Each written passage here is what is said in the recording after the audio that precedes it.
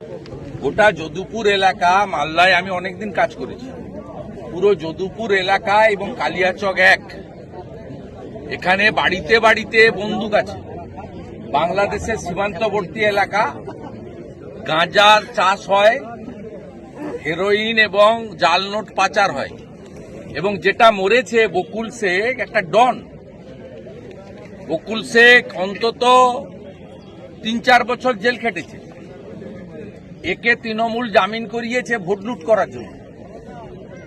নিজেরা মারপিট করে মরছে। এটা মরেছে একটা ডন, ওখানকার মাফিয়া, ত্রাস, জনগণের উপরে সন্ত্রস্ত করে রাখে। এরকম যে ঘটনাগুলো ঘটছে প্রত্যেকটাতে দেখা যাচ্ছে ক্ষমতার দখল। পুলিশ বালি তুলতে ব্যস্ত আর ভোট করতে ব্যস্ত। এখানে জিজ্ঞেস করবেন, বিরোধী দলকে বেরোতে দেয় না, আমাকে 7ই জানুয়ারি ঢুকতে দিবে না এখানে। আপনি লেখা দেখুন, আপনারা তো এখানে এসেছিলেন। তৃণমূলের কর্মসূচি শুরু হয়েছে 12টায়, হ্যাঁ কি না বলুন? শেষ হয়েছে 2:45-এ। আইসি লিখছে দেখুন, 6টা থেকে রাত্রি 8টা। 2:45 সব গুছিয়ে নিয়ে বাড়ি চলে গেছে। 2:45 দুপুরবেলা, বিকেলে শুরু হয়েছে আমি সত্যি না মিথ্যা বলছি বাবু?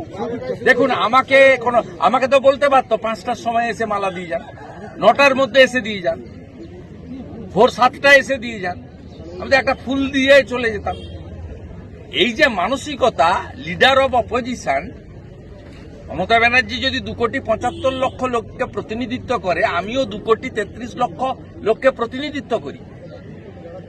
গণতন্ত্রে শাসক থাকলে বিরোধী থাকবে। এখানে কোনো রাজনৈতিক ভাষণ নয়, পতাকা নয়, আসবো দিয়ে চলে যাব। তাতেই দেখুন পুলিশের কাজ এইটা, to satisfied Trinamool Congress and to collect মানি।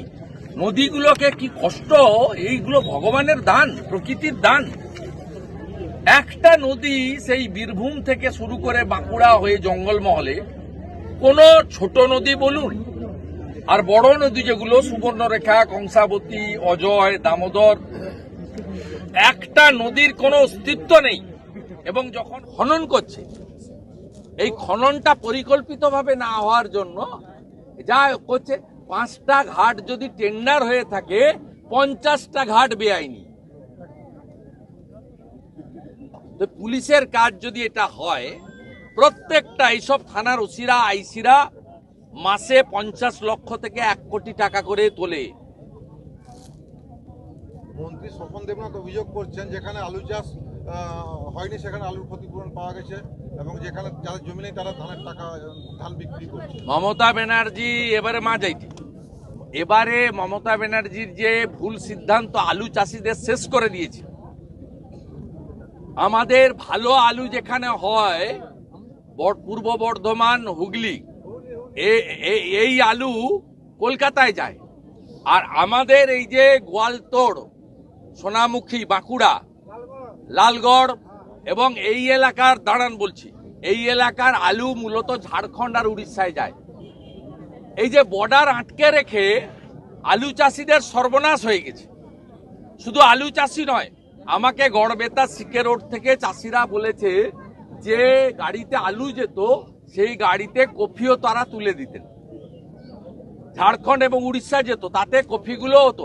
এবারে তো বাজারে 2 টাকা 3 টাকা করে কফি সব গড়াগড়ি খাচ্ছে। এর কারণ হচ্ছে উড়িষ্যা ঝাড়খণ্ড বর্ডার বন্ধ। কি ক্ষতিটা করেছে এরা জানে না। কলকাতায় থাকে, ফ্ল্যাট বাড়িতে থাকে, কখন আলু উঠে, কোন আলু, চন্দ্রমুখী আলু কোনটা, এই আলু কোনটা জানে না। এখানে গোয়ালতোড়, লালগড় সহ এই বেল্টের কেশপুরের আলু কমপ্লিটলি চন্দ্রকোনার আলু, এই গোঘাট, আরামবাগ, এই জোনের আলু, পুরো আলু যায় উড়িষ্যা, ঝাড়খণ্ড। এই আলু কলকাতায় যায় না। কে বুঝাবে?